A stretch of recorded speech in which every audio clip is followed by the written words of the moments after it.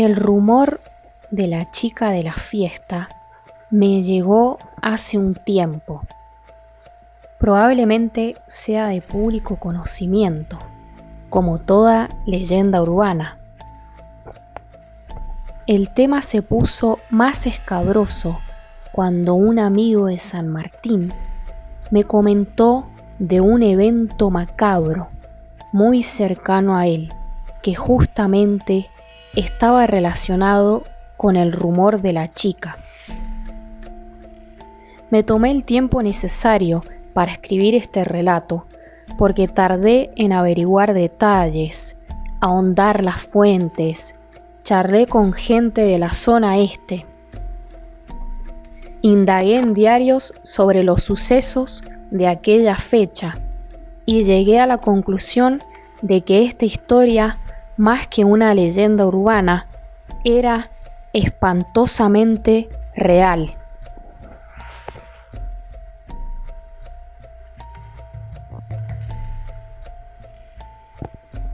Antes que nada, les cuento sobre la leyenda típica de todo pueblo.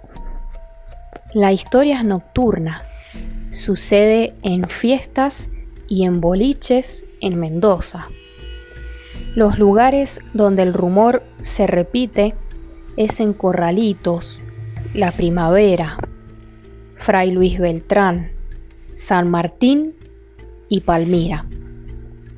Este último pueblo es donde el mito es más latente y poderoso, pero en cada zona rural del país la pueden escuchar. Una joven vestida de blanco, de tez pálida y pelo negro es sacada a bailar por un chico. Luego de pasar la noche bailando y charlando, él le ofrece llevarla a su casa, lo que ella acepta gustosa. Lo hace dar varias vueltas y le pide que paren en un lugar solitario.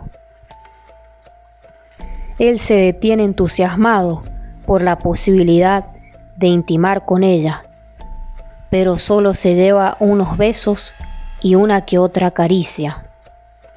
La anécdota concluye cuando ella se baja en el lugar, el cual es el cementerio zonal, e ingresa por la puerta, a veces incluso hasta traspasando las rejas.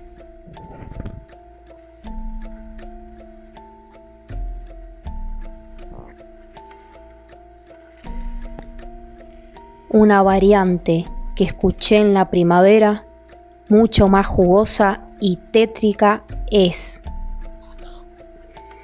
él la lleva hasta su casa, ella entra y él se va.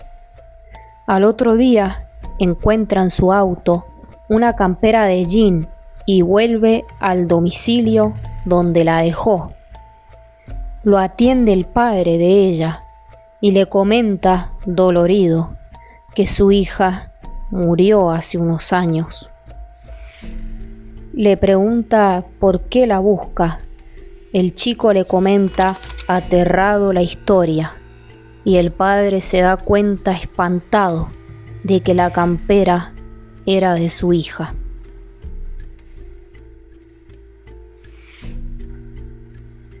Sobre esta variante avancé bastante, al punto de que llegué hasta la casa donde teóricamente había sucedido el tema.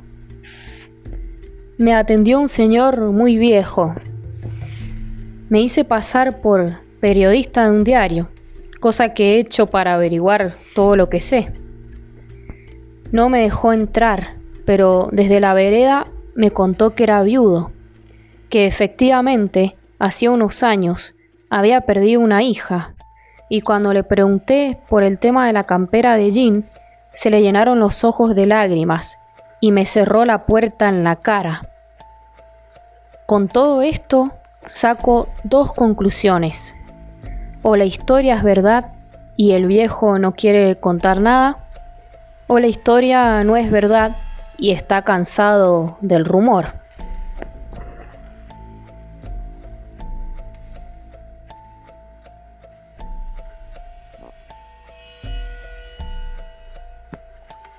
Me he tomado las precauciones de cambiar absolutamente todos los nombres y lugares, por respeto a las víctimas, en agradecimiento a los familiares y los allegados que me dieron detalles, y por cuestiones legales, ya que el caso está aún en la fiscalía.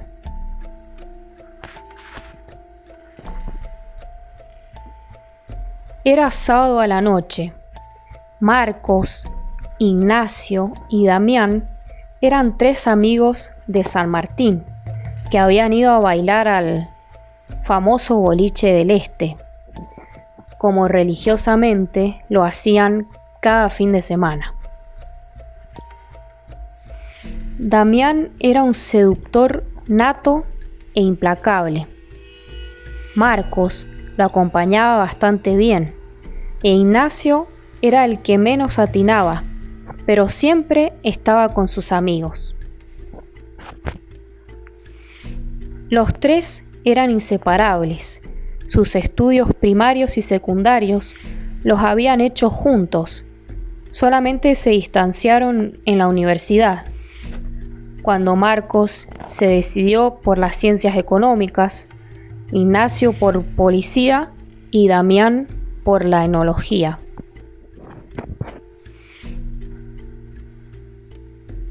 La noche era calurosa y nublada.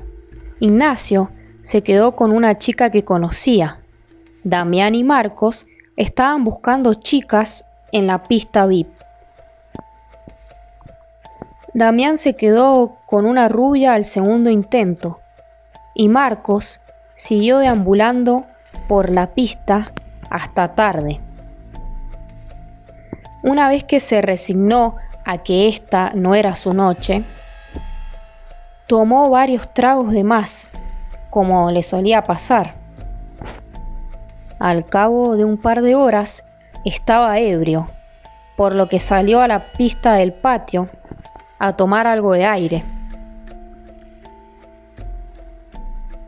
Estaba mirando hacia el cielo, respirando profundo, con ánimos de que el aire le aplaque el mareo, cuando de pronto le tocaron la espalda. Solamente bastó que la chica le pidiese fuego para que Marcos activase todas sus virtudes de galán y terminase conociendo desde que se llamaba Amalia hasta el sabor de su boca.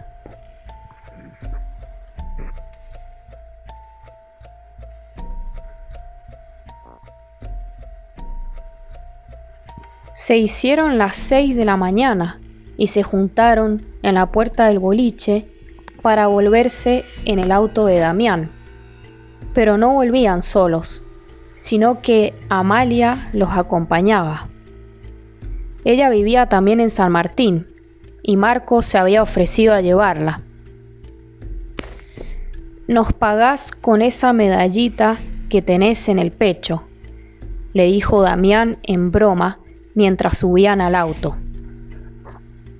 Manejaron por el acceso hasta la entrada a San Martín. En vez de tomar hacia la ciudad, se dirigieron hacia el norte.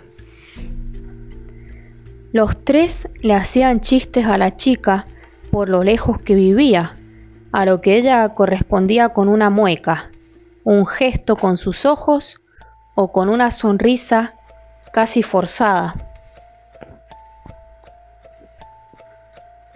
Luego de varios kilómetros, Amalia señaló que debían tomar por un callejón hacia el este, saliéndose del asfalto y entrando a un camino de tierra. Las cargadas se terminaron. Manejaba Damián, iba de acompañante Ignacio y atrás iban Amalia y Marcos abrazados. La mirada de Amalia era misteriosa y seductora. Damián e Ignacio no podían dejar de observarla por el espejo retrovisor. Su palidez era abrumadora. Pasados varios minutos, la calle se angostó y a unos metros apareció una curva pronunciada hacia la derecha. Marcos ya no quería más besos y se impacientaba por llegar a destino. Amalia le señaló a Damián que no doblase a la derecha, sino que se metiese despacio por otro callejón que había hacia la izquierda. Damián dobló, dubitativo y un poco asustado. De pronto, un viento comenzó a zamarrear los sauces llorones que poblaban la zona. Estaban solo ellos en aquel callejón angosto. La última vivienda había pasado hacía kilómetros. Ninguno de los tres hablaba. Manejaron unos 200 metros más, donde el callejón se había transformado en una mera huella. No se veía absolutamente nada. Damián detuvo la marcha sin apagar el auto, porque era casi imposible seguir avanzando.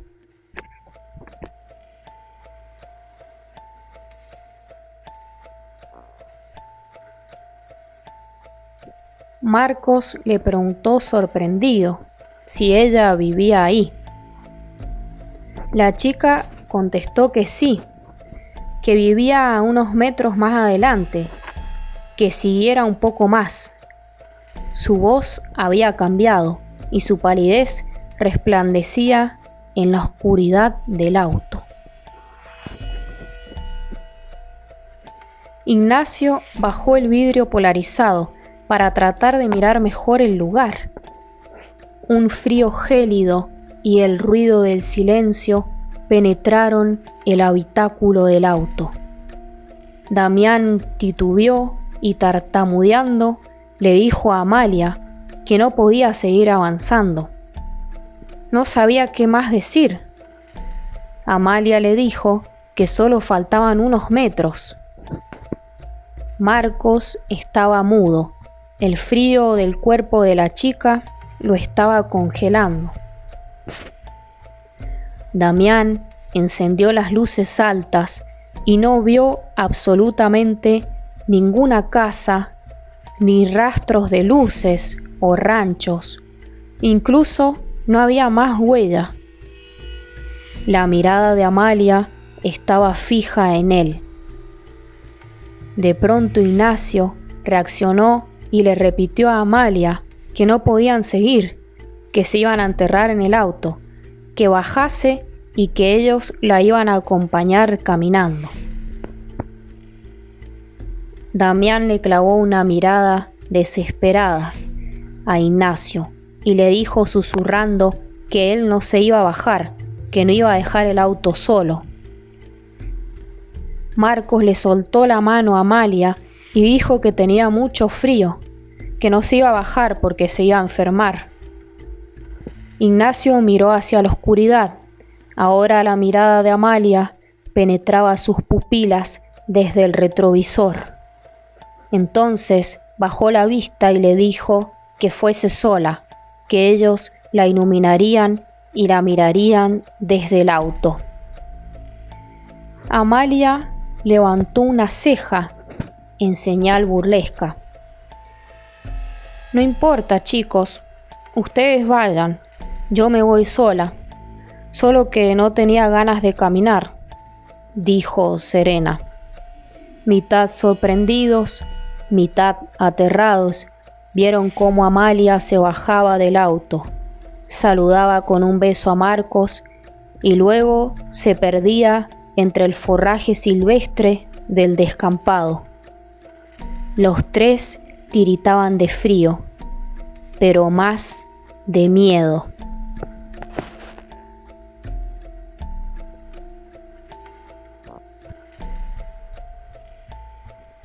El viento comenzó a correr más fuerte y se empezó a levantar polvo y tierra.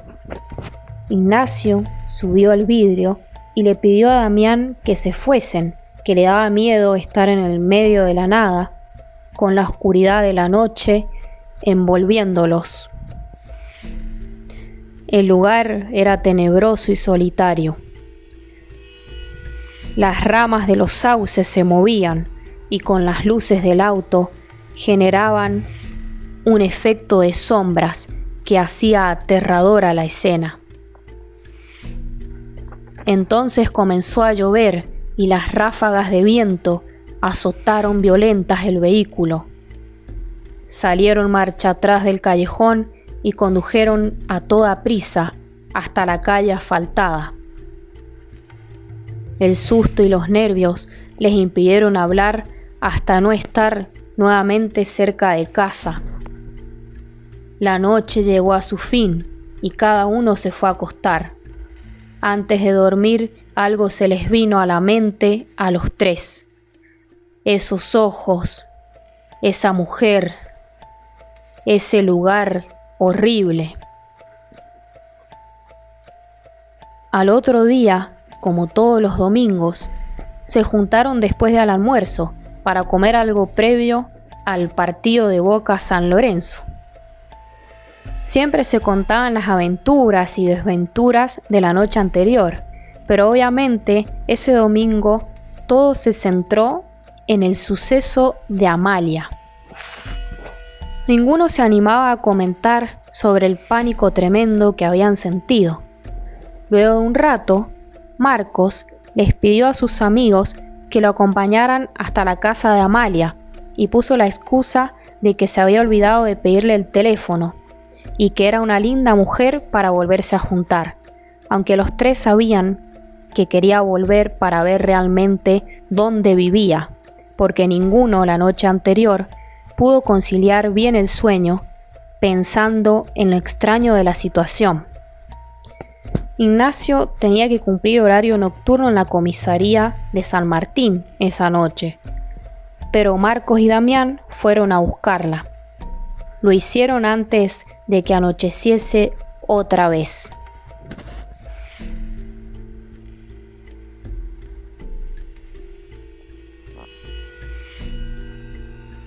La tarde del domingo era nublada y gris, fresca, como luego de haber llovido durante la madrugada. Se dirigieron hacia el norte, tomaron por la calle de tierra hacia el este. Manejaron varios kilómetros hasta la curva pronunciada y doblaron lentamente hacia la izquierda por el callejón. Manejaron los 200 metros y pararon el auto. La claridad de la tarde aún iluminaba bien la zona, tan bien como para que ambos pudiesen ver que no había ninguna casa a la redonda, ni rastros de viviendas, incluso ningún material que demostrase que por ahí pasase gente, como papeles, bolsas o mugre. Damián observó la calle de tierra y solo vio las huellas del auto. La lluvia de la noche anterior permitía marcarlas con claridad. Las recorrió con su mirada hasta llegar al lugar donde estaba estacionado y siguió con la cabeza hasta la puerta por donde se bajó Amalia. De pronto encontró las huellas de ella, entonces le avisó a Marcos y ambos comenzaron a seguir el rastro. El agua las había borrado un poco, pero no las había hecho desaparecer. Caminando tras las huellas, se dieron cuenta cómo las pisadas sorteaban yuyos y piedras, hasta que algo les llamó la atención. Las pisadas se fundían con un montículo de tierra fresca, de distinto color a la tierra del lugar. Se dieron cuenta de que era tierra removida.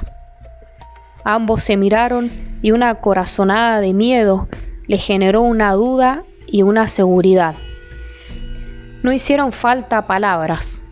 Marcos cortó una rama gruesa y comenzó a excavar la tierra. Se agachó para hundir más el palo en la tierra y entonces sintió que topaba con un objeto de contextura blanda. Continuó cavando, desesperado con sus manos, al tiempo que Damián lo miraba nervioso. Socavó un poco más y sintió que su mano tocaba una especie de tela. Removió la tierra y vio efectivamente sobresalir de la superficie un paño negro. Le quitó la tierra alrededor y dejó aquello al descubierto. Marcos saltó para atrás aterrado. Ambos vieron parte del cuello y del hombro de un cuerpo en estado de putrefacción. Una cadenita sobresalía por contraste en la tétrica imagen.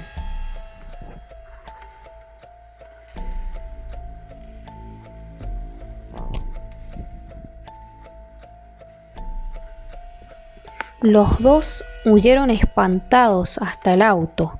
Subieron, hicieron marcha atrás al tiempo que el viento se levantaba nuevamente. Mientras Damián manejaba a altísima velocidad por la calle de tierra, Marcos llamaba por teléfono a la comisaría, donde estaba Ignacio de guardia. Al cabo de algunos minutos de espera en el asfalto, llegaron 2 móviles de policía, dirigidos por Ignacio, que conocía perfectamente la locación del siniestro. Marcos y Damián siguieron a los móviles, pero les prohibieron entrar a la zona donde habían visto el cadáver de Amalia. Un oficial se quedó acompañando y custodiando a los 2 amigos, que estaban en estado de shock. Los otros policías, junto a Ignacio, fueron directo a la zona señalada.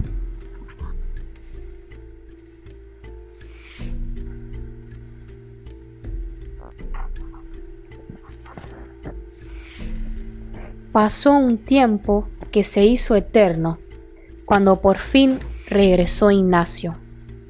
Le pidió al policía custodio que los dejara solos. «Muchachos, no vemos nada», fueron las palabras de Ignacio. Volvieron a señalarle dónde habían estado y ante la negativa de hallar algo nuevamente, los llamaron para que entren en el lugar.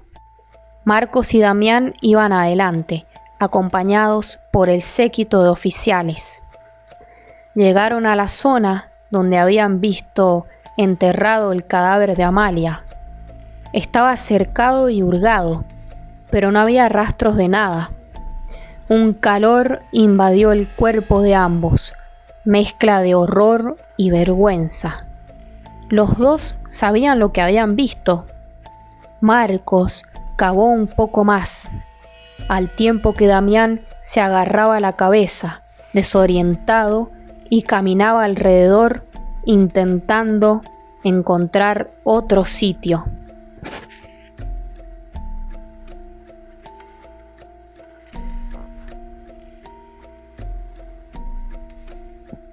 Dos horas después anocheció.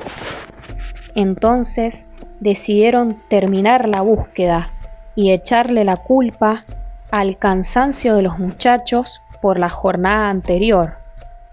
El tema era, ¿dónde vivía Amalia? Uno de los móviles regresó junto a Damián y a Marcos, y el otro, conducido por Ignacio, se quedó por la zona para preguntar por aquella tal Amalia en las casas que estuviesen más cercanas al lugar. Ignacio tenía grabada a fuego su mirada y la tez de su piel, esa piel blanca de tintes fantasmales bajo el claro de la luna. Por la noche llamó a sus amigos comentándoles que no había nada, ni rastros de Amalia. Dijo que iba a ver en los registros de personas por mujeres de aproximadamente esa edad y con sus mismos rasgos que pudiesen vivir por la zona, porque le llamaba la atención lo sucedido. Desde esa noche comenzaron a tener pesadillas extrañas. No se animaron a volver al boliche. No tenían ganas de nada. Las reuniones se habían transformado en un constante contar y rememorar la historia. Había algo que los ataba a lo ocurrido, que les impedía continuar con normalidad sus vidas. Fue Marcos el que comenzó con las apariciones.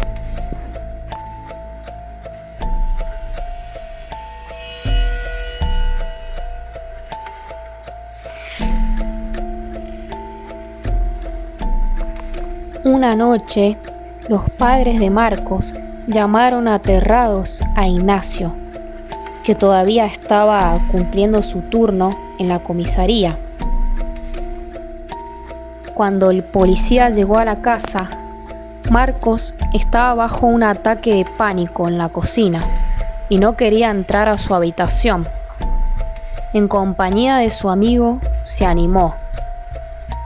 La pieza estaba absolutamente desordenada e Ignacio pensó que el desorden lo había hecho él en su estado alterado, pero este juró que solo la cama había quedado desarmada. Al cabo de unas semanas, las pesadillas se habían hecho tan frecuentes y espantosas que Marcos se angustiaba cuando se avecinaba la noche e indefectiblemente debía intentar dormir.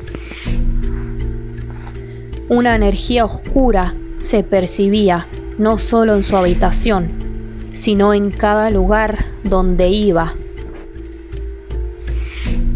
Una fuerza negativa, una sensación de dolor y tristeza, de miedo.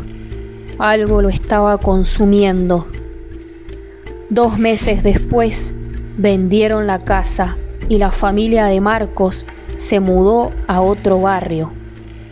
Por vergüenza, el muchacho no había querido contar que las pesadillas no habían cesado en la nueva casa. Mientras tanto, Ignacio continuó averiguando en la policía y en los registros por alguna Amalia desaparecida, asesinada o fallecida. Había algunas pistas, pero nada contundente. De vez en cuando mandaba a algún oficial al que observase la zona, porque jamás ninguno de los 3 se animó a volver.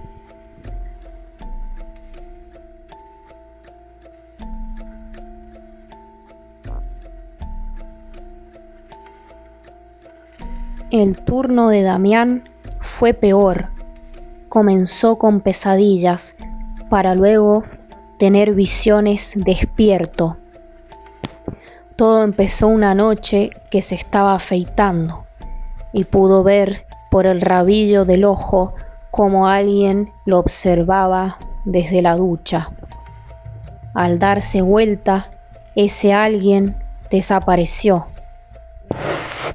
También le pasaba de estar en cualquier lugar y presentir que algo lo miraba, sin encontrar quién. El miedo en el que estaba sumergido lo había llevado a dejar de salir por las noches. Hasta que un día tuvo que viajar obligado hacia la ciudad de Mendoza en horario nocturno. Le pidió a sus amigos que lo acompañasen. Marcos estaba realmente devastado psicológicamente, no solamente por la falta de sueño, sino que había dejado de estudiar y de salir. Ignacio no trabajaba esa noche, así que fue sin dudar.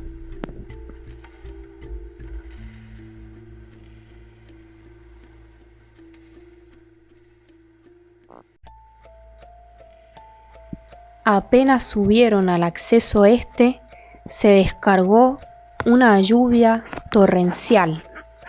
Damián iba manejando despacio por precaución. Los dos iban callados, atentos a lo que pasaba alrededor. De pronto vieron algo delante de ellos. Damián prendió las luces altas del auto y ambos observaron a una chica caminando al costado de la ruta, vestida de negro.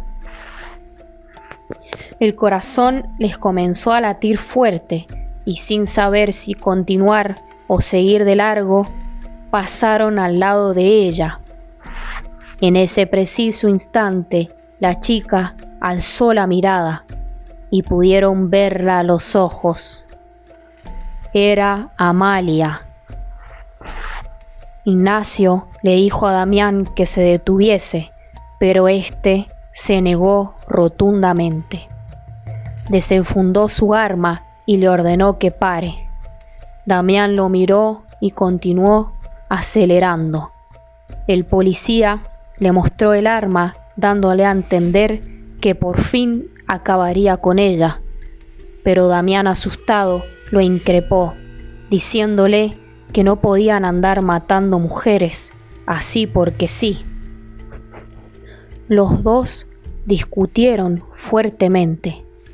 Mientras Ignacio más insistía con frenar, Damián más aceleraba.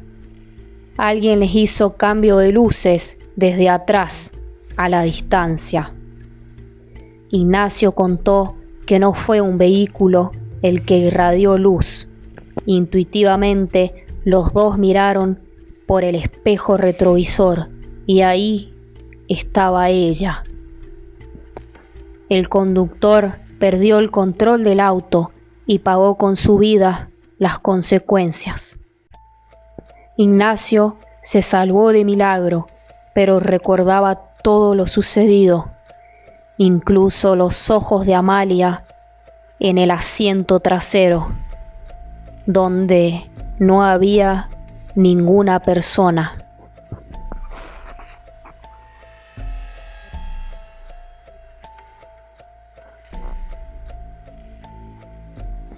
Nadie le creyó.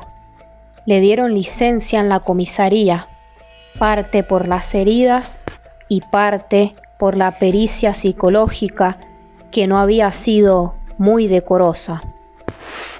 El encierro, la soledad, la angustia de haber perdido un amigo y sobre todo aquellos sucesos paranormales sumergieron a Ignacio en un estado calamitoso.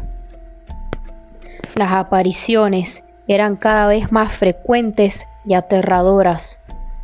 Uno de sus allegados contó que Amalia se le aparecía y lo increpaba por haberla abandonado, por no haberla acompañado hasta su hogar.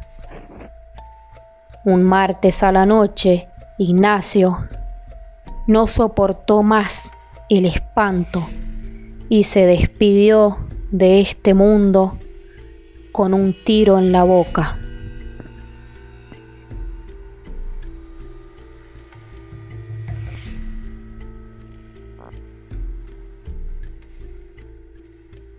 Los compañeros de la seccional hicieron alusión a una pelea con una supuesta novia, pero Ignacio no estaba de novio y los vecinos no escucharon ningún grito, ni vieron a nadie en el lugar. Solo un niño pequeño dijo haber visto entrar a una chica vestida de negro, de piel muy blanca, por la puerta del fondo. Nadie le dio importancia, salvo los oficiales que lo habían acompañado aquella noche a buscar el supuesto cuerpo enterrado de Amalia, quienes prefirieron olvidar el asunto. Marcos estaba inmerso en una locura total. Sus padres, desesperados, decidieron hacerle un tratamiento y medicarlo, pero no hubo droga que calmase su miedo. Temiendo lo peor, se contactaron con un hospital psiquiátrico de primer nivel ubicado en Temperley, provincia de Buenos Aires, pero no llegaron a llevarlo a ningún lado. La mañana de ese domingo lo sorprendió con el espantoso cuadro de Marcos colgando en el perchero de su placar. Su habitación estaba desordenada y los cajones revueltos. Unos días después, entre tanto desorden, encontraron en la pieza una cadenita, un colgante extraño que tenía una inscripción en la parte de atrás. Gracias por acompañarme a casa.